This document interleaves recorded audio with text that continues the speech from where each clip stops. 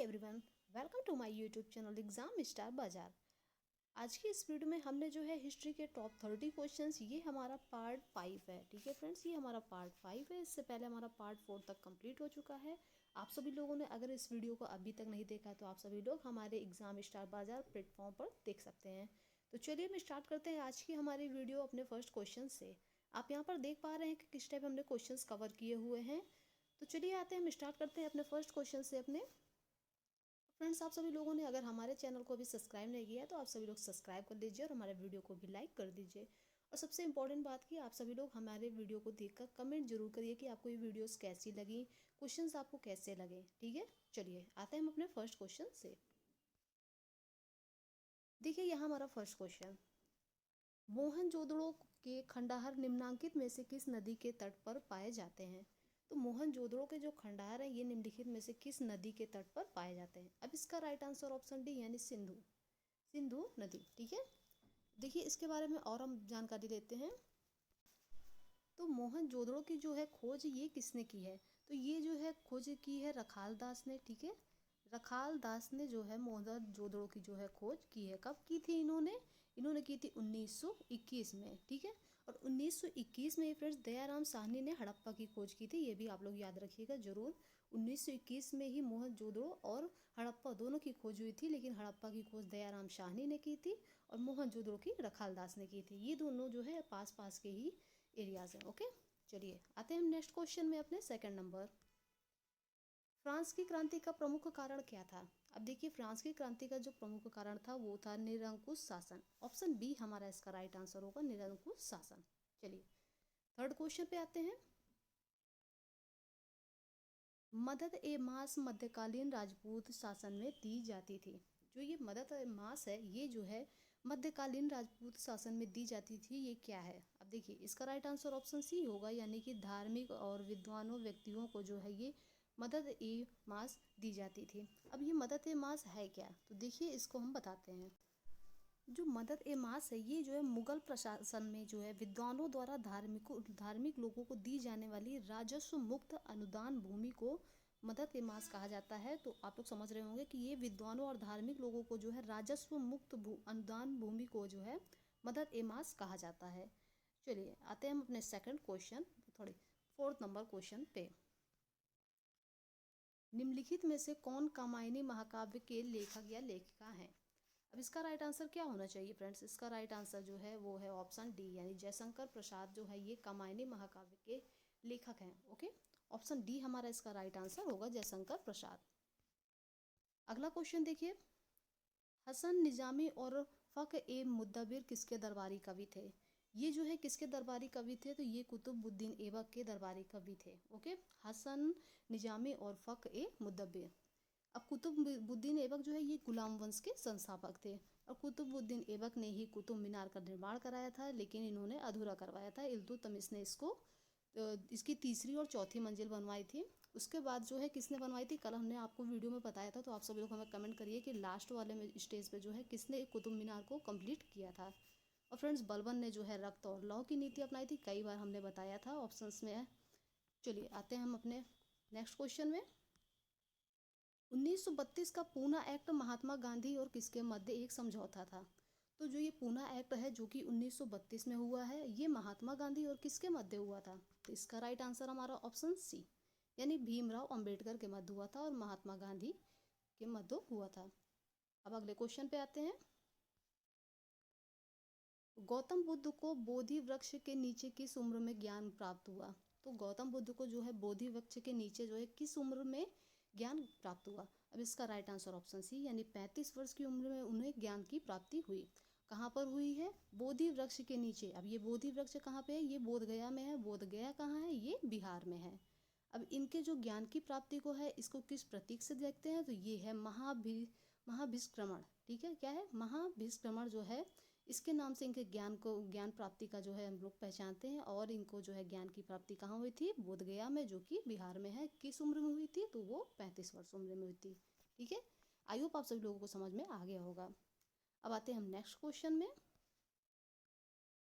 मुगल सम्राट अकबर के समय प्रसिद्ध चित्रकार इनमें से कौन था। अब हमारे ऑप्शंस इसमें दिए हैं, तो इसमें से कौन सा ऑप्शन है राइट आंसर है, जो कि मुगल सम्राट अकबर के समय जो है प्रसिद्ध चित्रकार था। तो इसका राइट आंसर ऑप्शन डी है, यानी दसवंत। ऑप्शन डी इसका हमारा राइट आंसर है। अगला प्रश्न है, नमक सत्याग्रह कब हुआ था। अब देखिए, नमक सत्याग्रह जो है ये कब हुआ था, तो इसका राइट आंसर ऑप्शन है, यानी 1930 में हुआ था नमक सत्याग्रह। और 1930 में फ्रेंड्स क्या हुआ था, प्रथम गोलमेज सम्मेलन हुआ था, और 1931 में जो है द्वितीय गोलमेज सम्मेलन, और 1932 में तृतीय गोलमेज सम्मेलन हुआ था। ठीक है, चलिए नेक्स्ट क्वेश्चन में आते हैं हम। दादा भाई नौरोजी ने कितनी बार कांग्रेस अधिवेशन की अध्यक्षता की। अब जो दादा भाई नौरोजी हैं, सबसे पहले तो इन्हें जान लीजिए कि इन्हें जो है ग्रैंड ओल्ड मैन कहा जाता है। ठीक है, दादा भाई नौरोजी को जो है ग्रैंड ओल्ड मैन के नाम से भी जाना जाता है। अब इस क्वेश्चन में पूछा हुआ है कि दादा भाई नौरोजी ने कितनी बार कांग्रेस अधिवेशन में अध्यक्षता ली, तो इसका राइट आंसर हमारा ऑप्शन है, यानी 3 बार उन्होंने अध्यक्षता ली है कांग्रेस अधिवेशन में।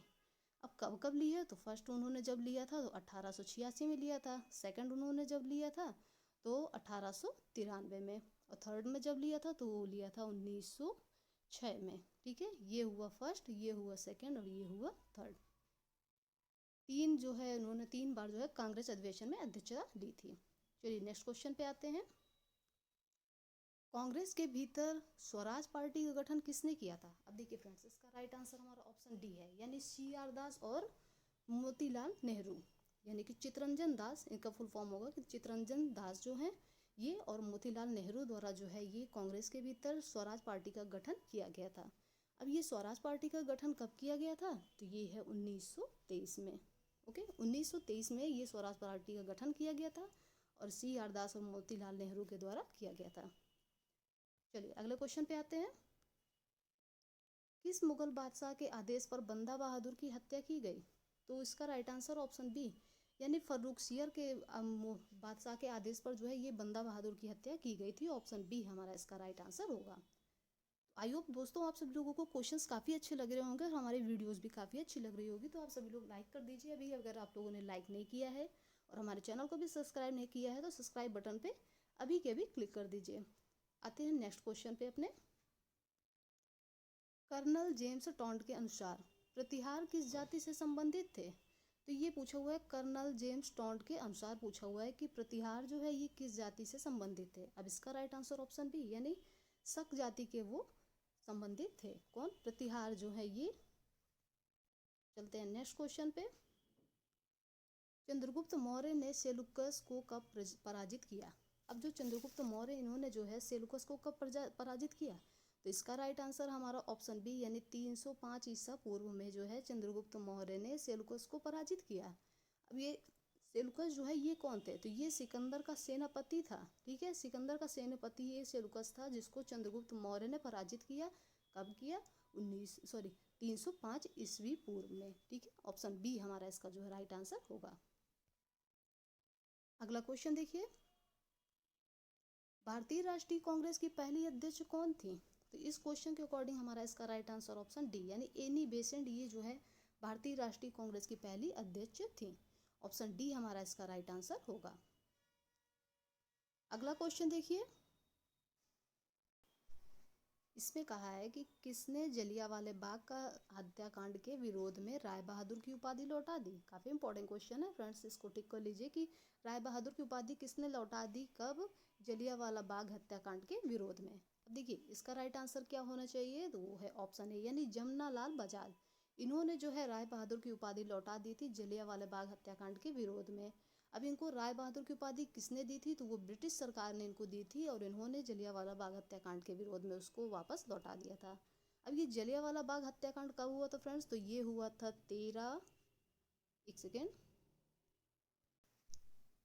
13 अप्रैल 1919 को जो है ये जलियांवाला हत्याकांड हुआ था। ठीक है, चलिए अगले क्वेश्चन पे आते हैं।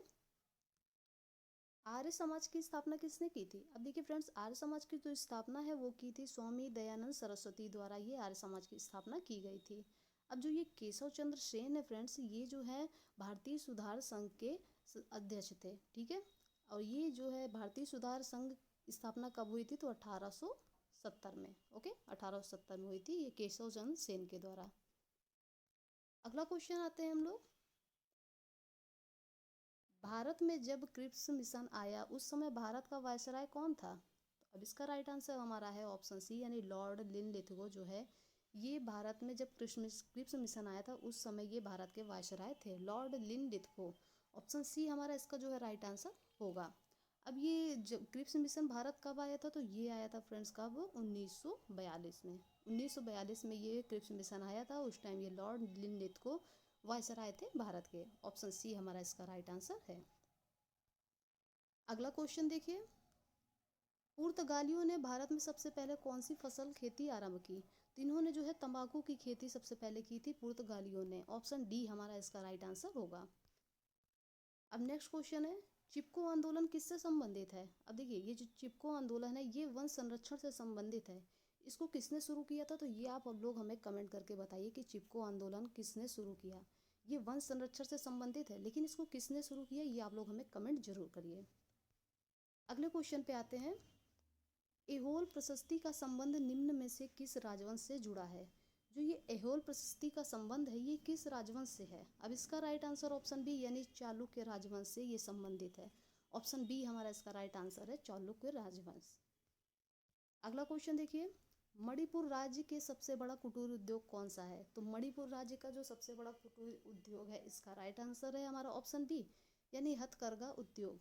ऑप्शन बी हमारा इसका राइट आंसर है। नेक्स्ट क्वेश्चन है, आज़ाद हिंद फौज के प्रथम संस्थापक कौन थे? तो आज़ाद हिंद फौज के जो प्रथम संस्थापक हैं ये थे captain Mohan Singh. Option C हमारा इसका राइट आंसर है कैप्टन मोहन सिंह। अब जो ये कैप्टन मोहन सिंह के द्वारा जो है ये 1943 में इसको स्थापना हुई थी। ठीक है, चलिए अगले क्वेश्चन पे आते हैं। अगला क्वेश्चन है हमारा, एक सेकेंड, ये 24 नंबर, आधुनिक इतिहासकार जिसने 1857 के विद्रोह को स्वतंत्रता की पहली लड़ाई कही? स्वतंत्रता की पहली लड़ाई किसने कही? किसको? 1857 के विद्रोह को। अब इसका राइट आंसर है हमारा ऑप्शन सी यानी वी.डी. सावरकर ने कहा है स्वतंत्रता की पहली लड़ाई। ऑप्शन सी हमारा इसका राइट आंसर है। नेक्स्ट क्वेश्चन में आते हैं 25 नंबर क्वेश्चन पे, गुर्जर जाति का वर्णन सर्वप्रथम किस अभिलेख में हुआ? तो गुर्जर जाति का वर्णन जो है ये ऐहोल अभिलेख में हुआ। ऑप्शन डी हमारा इसका राइट आंसर है ऐहोल अभिलेख। अब ये ऐहोल अभिलेख जो है ये कर्नाटक के बीजापुर में बादामी के निकट है। ठीक है, ये कर्नाटक में जो है बीजापुर के बादामी के निकट है। ऑप्शन डी हमारा इसका राइट आंसर है। नेक्स्ट क्वेश्चन पे आते हैं 26 नंबर। तो 26 क्वेश्चन है हमारा कि किस फारसी राजदूत ने विजयनगर साम्राज्य का दौरा किया? इसका राइट आंसर ऑप्शन सी यानी अब्दुल रज्जाक। ये जो है फारसी राजदूत है जिसने विजयनगर साम्राज्य का दौरा किया। ऑप्शन सी हमारा इसका राइट आंसर है। अब देखिए ये इब्न बतूता ये कौन था? ये मोहम्मद बिन तुगलक के समय आया था। ये मोरोक्को का यात्री था, एक मुस्लिम यात्री था जो कि मोरोक्को से भारत आया था। और कब आया था? मोहम्मद बिन तुगलक के शासनकाल में इब्न बतूता आया था। ठीक है, चलिए अब आते हैं हम अगले क्वेश्चन पे 27 नंबर, प्रथम विश्व युद्ध कब समाप्त हुआ? तो प्रथम विश्व युद्ध ये कब समाप्त हुआ? इसका राइट आंसर हमारा ऑप्शन बी यानी 11 नवंबर 1988 को ये समाप्त हुआ है प्रथम विश्व युद्ध। ऑप्शन बी हमारा इसका राइट आंसर होगा। अगला प्रश्न है, दूसरे गोलमेज सम्मेलन के दौरान भारत की महिला प्रतिनिधि कौन थी? इसका राइट आंसर आप लोग हमें बताइए। इस क्वेश्चन का राइट आंसर हमारा कौन सा है? ऑप्शन सी यानी सरोजनी नायडू जो है ये दूसरे गोलमेज सम्मेलन के दौरान भारत की महिला प्रतिनिधि थी। ऑप्शन सी हमारा इसका राइट आंसर होगा। अब ये दूसरा गोलमेज सम्मेलन कब हुआ? तो ये 1931 में, 1930 में जो है प्रथम हुआ था और 1932 में तृतीय हुआ था। द्वितीय गोलमेज सम्मेलन में जो है गांधी जी ने भाग लिया था, जो कि उनका एक ही सम्मेलन उन्होंने भाग लिया था जो कि था द्वितीय गोलमेज सम्मेलन। कहाँ हुआ था? बेलगाम में हुआ था। ठीक है, चलिए आते हैं नेक्स्ट क्वेश्चन में 29 क्वेश्चन, पल्लवों की राजधानी कहाँ थी? तो जो ये पल्लवों की राजधानी है ये कांचीपुरम थी। ओके फ्रेंड्स, ऑप्शन सी इसका राइट आंसर कांचीपुरम है, ये पल्लवों की राजधानी थी। और ये मदुरई ये कहाँ की राजधानी थी? तो ये पांड्य वंश की राजधानी थी मदुरई। और ये तंजौर जिसको तंजावुर भी कहते हैं ये चोल वंश की राजधानी थी। ठीक है, चलिए तो आज के वीडियो का हम लास्ट क्वेश्चन में आते हैं निम्न में से किसमें हिंद एवं फारसी वास्तुकला का सर्वप्रथम समन्वय मिलता है? तो इसका राइट आंसर ऑप्शन डी यानी शेरशाह के मकबरे में। शेरशाह का मकबरा कहाँ है? ये सासाराम में स्थित है। सासाराम कहाँ है? ये बिहार में है। ठीक है, ये सासाराम में शेरशाह का मकबरा है, ये कहाँ पर है? बिहार में है। अब ये पंचमहल कहाँ है? तो ये पंचमहल फतेहपुर सीकरी में है और इसका निर्माण अकबर द्वारा किया गया था। तो आई होप फ्रेंड्स आप सभी लोगों को वीडियो काफ़ी अच्छी लगी होगी। तो आप सभी लोग हमारे एग्जाम स्टार बाजार को अभी के अभी like and share and subscribe कर दीजिए। मिलते हैं हम नेक्स्ट वीडियो में हिस्ट्री के टॉप 30 क्वेश्चंस के साथ, काफ़ी इंपॉर्टेंट क्वेश्चन के साथ। तो आप सभी लोग अपना प्यार यूं ही हमारे एग्जाम स्टार बाजार के साथ बनाए रहिए।